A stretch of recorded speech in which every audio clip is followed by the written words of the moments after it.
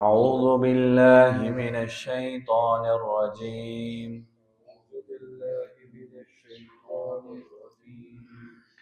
بسم الله الرحمن الرحيم. يا بني إسرائيل اذكروا نعمتي التي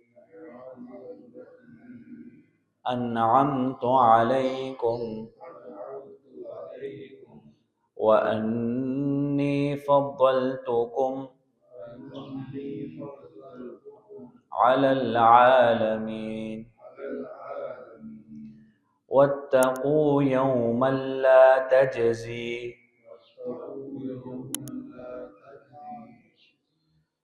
نفس عن نفس شيئا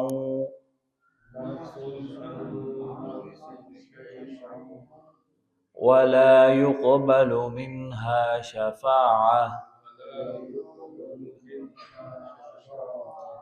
ولا يؤخذ منها عدل ولا هم ينصرون.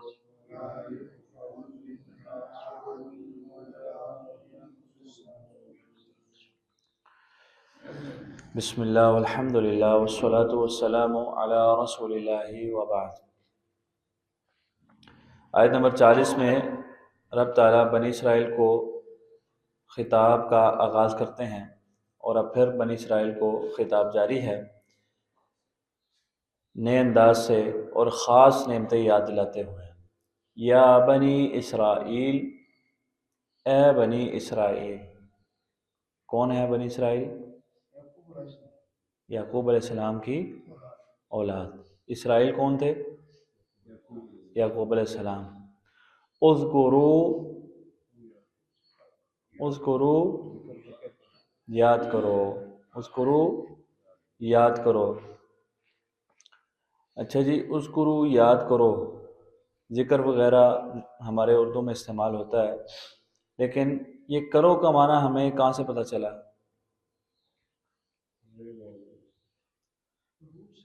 یہ ہمیں پتہ چلا ہے، یہ امر کا صیغہ، جس طرح پہلے بات ہوئی ہے، امر کا ایک صیغہ ہوتا ہے اور اس کی پہچان کیا ہے؟ اکثر اس کے شروع میں الف آتا ہے. اکثر اس کے شروع میں الف آتا ہے اور اکثر وہ الف کسی حرکت سے خالی ہوگا، جیسے کہ یہاں پر ہے، نہ زبر ہوگی نہ زیر ہوگی نہ پیش ہوگی. جی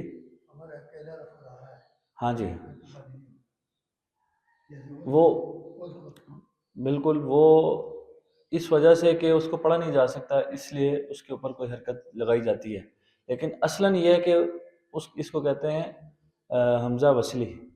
حمزہ وصلی یعنی اس کو پڑھا نہیں جاتا. جب یعنی ترتیب سے آپ قرآن پڑھ رہے ہوں یا عبارت میں اس کو پڑھ رہے ہوں گے تو یہ پڑھا نہیں جائے گا. تو یہ شروع میں یعنی شریف صاحب نے اچھی بات یاد کرائی ہے کہ اگر یہ علیحدہ سے آ جائے گا تو پھر اس کے اوپر کوئی نہ کوئی حرکت دینی پڑے گی. مثلا صرف آپ نے یہ والا صیغہ پڑھنا ہو تو آپ اس کو اس طرح نہیں پڑھ سکتے، تو اس کے اوپر کوئی پیش، کوئی زبر، کوئی زیر لگانی پڑے گی. تو اکثر اس پر پیش یا زیر آئے گی جب آپ نے اکیلے پڑھنا ہے تو، لیکن اصل میں اس کے اوپر کوئی حرکت نہیں ہوگی. اس کو حمزہ وصلی کہتے ہیں. اور یہ خطاب ایک سے ہے یا بہت سوں سے ہے؟ یہ ہمیں کیسے پتہ چلا؟ بہت سوں سے، واو سے پتہ چلا. یا آخر میں اس کے جو واو ہے اس سے ہمیں پتہ چلا کہ یاد کرنے کا حکم ایک کو نہیں، دو کو نہیں، بلکہ بہت سوں کو دیا جا رہا ہے. اذکرو یاد کرو نعمتی. یہ میری کا معنی کہاں سے کر دیا؟ یا جو آخر میں آ رہی ہے، یا جو آخر میں آ رہی ہے، اس سے ہمیں پتہ چلا کہ یہ نعمت کی نسبت، اضافت میری کی طرف ہو رہی ہے. یہ نعمت مضاف ہے اور یہ جو یا ہے یہ مضاف الیہ ہے. نعمت کی نسبت یا کی طرف ہو رہی ہے، یا ضمیر کی طرف ہو رہی ہے. یاد کرو میری نعمت. التی وہ جو، الذی اور التی یہ وہ جو کے معنی میں آتے ہیں. الذی مذکر کے لیے اور التی مؤنث کے لیے. چونکہ نعمت یہ نعمتن ہے نا، یہ نعمتی کیا ہے؟ نعمتن ہے گولتا، گولتا جس کے آخر میں آج کل بتایا تھا وہ کیا ہوتے ہیں؟ مذکر کے مؤنث؟ پکی بات ہے، صرف خاموشی، مذکر ہے کہ مؤنث؟ مؤنث ہے، گولتا جس کے آخر میں آ جائے وہ کیا ہے؟ مؤنث ہے، لیکن یہاں پہ تو گولتا نہیں ہے، وہ گولتا گم ہو گئی یا کی وجہ سے، وہ گولتا دوسری یا میں تبدیل ہو گئی، دوسری تا میں تبدیل ہو گئی، کس وجہ سے؟ یا کی وجہ سے۔ تو جب اب اس کا اصل ہم دیکھیں گے تو اس میں گولتا موجود ہے، تو نعمتن جب اردو عربی میں لکھا جاتا ہے تو اس میں آخر میں، اردو میں تو دوسری تا آتی ہے لیکن عربی میں گولتا آتی ہے، جس سے ہمیں پتہ چلا کہ یہ نعمت کا صیغہ عربی میں مذکر ہے کہ مؤنث؟ مؤنث۔ کیوں جی قاسم صاحب مؤنث؟ ٹھیک ہو گیا۔ اس وجہ سے الذی نہیں آیا بلکہ اللتی آیا، کہ یہ اللتی مؤنث کے لیے آتا ہے۔ کوئی بات سمجھ نہ آئے پریشان نہیں ہونا، یہ بار بار ہوں گی باتیں۔ اذکروا نعمتی، یاد کرو میری نعمت، اللتی وہ جو، انعمت میں نے تم پر انعام کی۔ یہ میں نے کا معنی کہاں سے کیا؟ تو سے بتایا تھا، تو اور یا یہ دونوں میں کا معنی دیتے ہیں۔ تو انعمت میں نے انعام کی، علیکم تم پر، علی پر، کم تم، وانی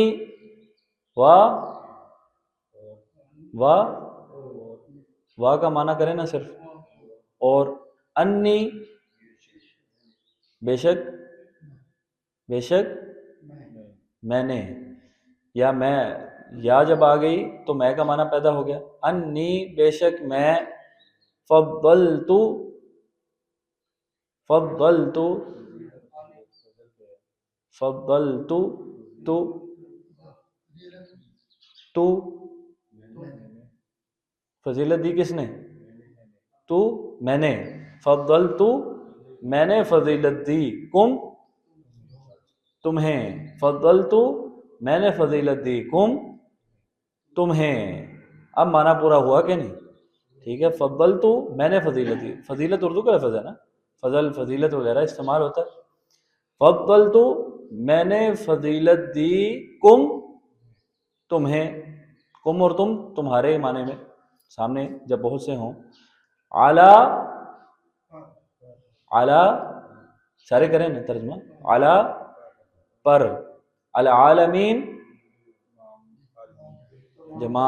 تمام جہان، تمام جہانوں پر، واتقوا و اور، اتقوا اب دیکھیں یہ بھی امر کا صیغہ ہے۔ اب جب میں علیحدہ سے پڑھ رہا ہوں میں اتقوا پڑھ رہا ہوں، لیکن جب ہم اس کو عبارت میں پڑھیں گے تو واتقوا، و اور، اتقوا ڈرو، یہ تقوی سے ہے نا، تقوی اردو میں استعمال ہوتا ہے، یہ تقوی ہے۔ تقوی کس کو کہتے ہیں؟ ڈرنے کو، اللہ کے ڈر کو تقوی کہتے ہیں۔ تو اتقوا ڈر جاؤ۔ اب یہ ایک کو ہے، دو کو ہے خطاب، یا بہت سو کو ہے یہ حکم؟ ایک کو دیا جا رہا ہے، دو کو، یا بہت سو کو؟ یہ کیسے پتہ چلا؟ واو سے پتہ چلا۔ اور ڈر جاؤ، یومن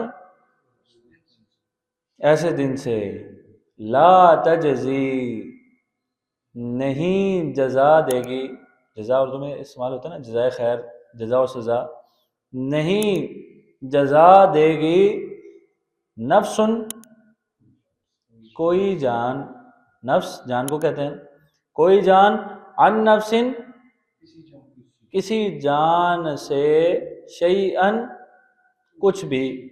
یہ میں لفظی ترجمہ کرا رہا ہوں، جب ہم سلیس ترجمے میں آتے ہیں تو تھوڑے سے معنی میں ہمیں تبدیلی کرنی پڑتی ہے، لفظی ترجمہ یاد رکھیں گے تو سلیس ترجمہ بھی کرنا آسان ہو جاتا ہے۔ تو ویسے تو یہ تجزی یہ جزا کے معنی میں ہے، لیکن اب ہم سلیس اردو میں ترجمہ کریں گے تو لا تجزی نہیں کام آئے گی، نفس کوئی جان، عن نفس کسی جان کو بھی، شیئن کچھ بھی۔ صحیح؟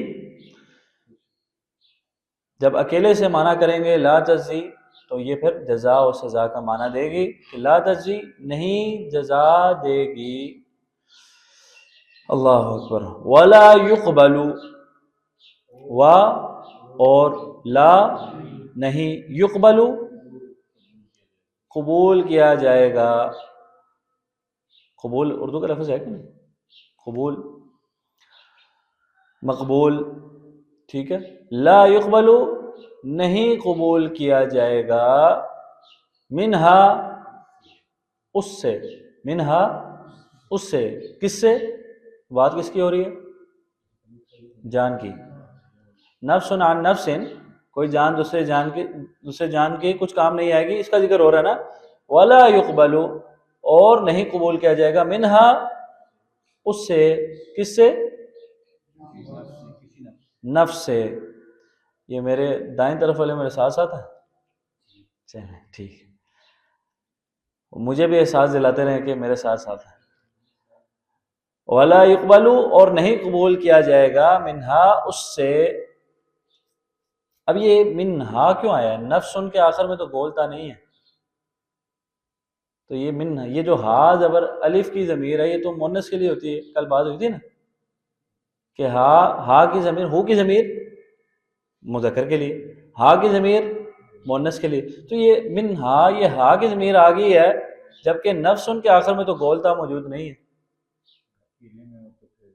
نہیں اس میں بہت سی باتیں ہیں لیکن مختصر بات یہ سمجھ لیں کہ کچھ الفاظ عربی میں ہیں کہ جن میں گولتا نہیں ہوتی اس کے باوجود وہ مؤنث ہے. جس طرح عین اب اس میں بھی گولتا نہیں ہے یہ بھی مؤنث ہے. ید یہ بھی مؤنث ہے. رجل بلکہ انسانی اعضاء جتنے دو ہیں یہ سارے مؤنث ہیں جبکہ پڑھنے میں یہ مذکر ہے.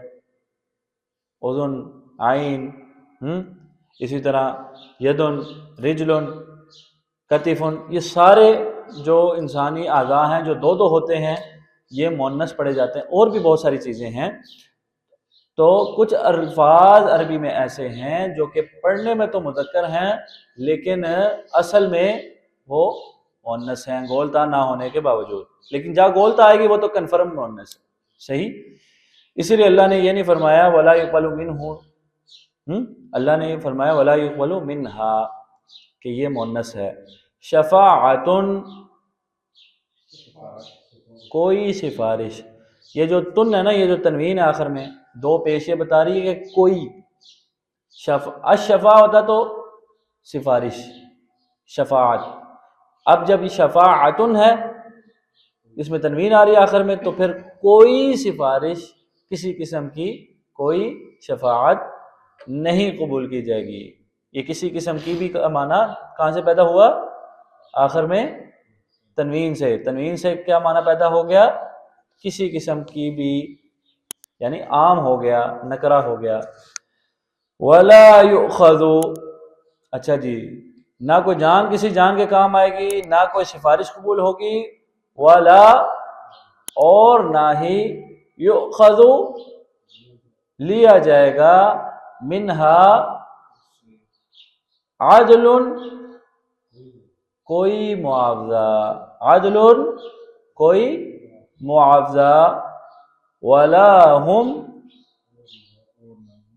اور نہ ہم وہ. ولا ہم اور نہ وہ ینصرون نصرت کہتے ہیں نا تو ینصرون مدد کیے جائیں گے وہ سب. یہ وہ سب کا معنی کہاں سے پیدا ہوگا؟ واو نون سے. یہ واو نون سے ہمیں پتہ چلا کہ یہ ایک تو امر کا صیغہ نہیں ہے کہ اگر امر کا صیغہ ہوتا تو نون اڑ جاتا. نون موجود ہے اس سے ہمیں پتہ چلا کہ اس میں خبر دی جا رہی ہے.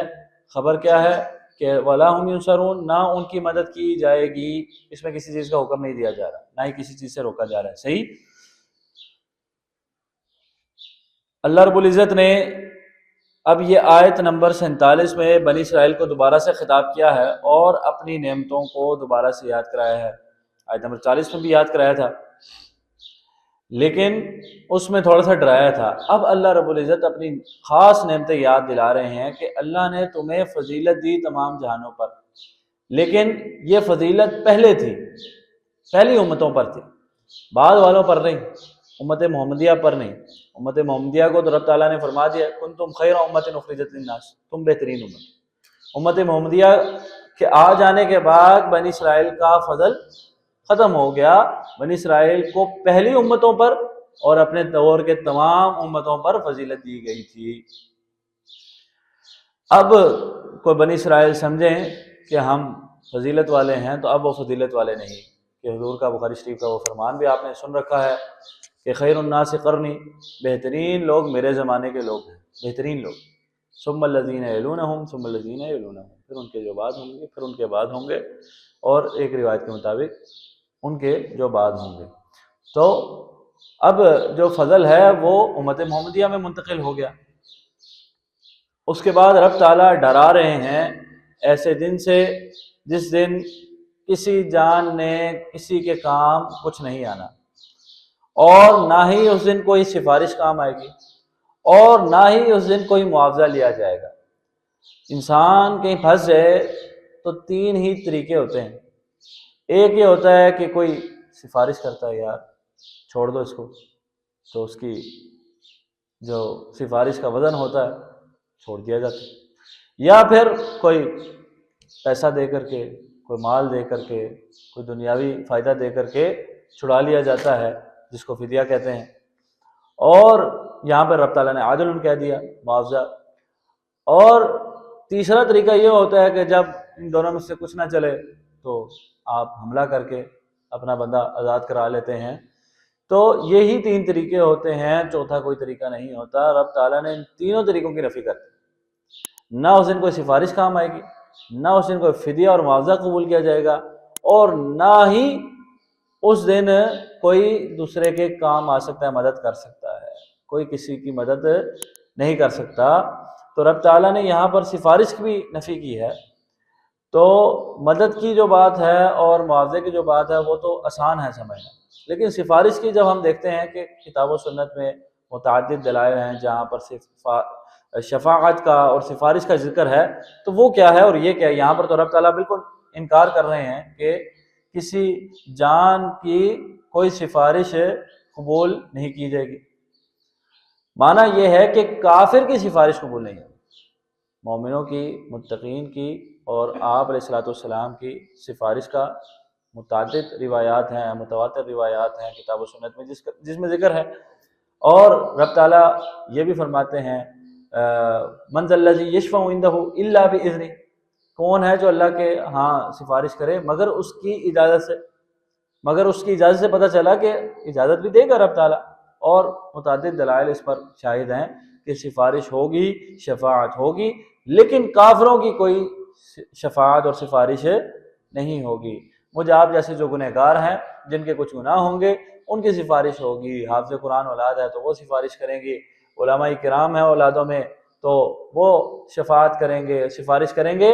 لیکن جس طرح بنی اسرائیل کا یہ عقیدہ بن گیا تھا، اور آج ہمارے مسلمانوں میں بھی ہے کہ بھئی ہمارے علماء کرام ہیں یہ ہمیں بخشوا لیں گے، تو اس چیز کی رب تعالیٰ نے کلی طور پر نفی کر دی کہ بھئی اس دن کوئی کسی کو نہیں بچا سکتا، اپنے اعمال سے ہی بچت ہے۔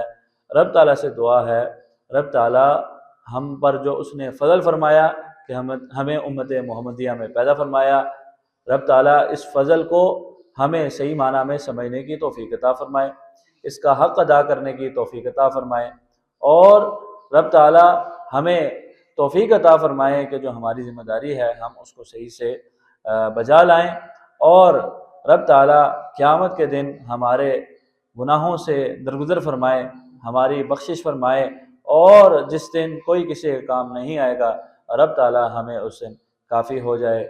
وما توفیقی الا باللہ علیہ توکلت و الیہ انیب۔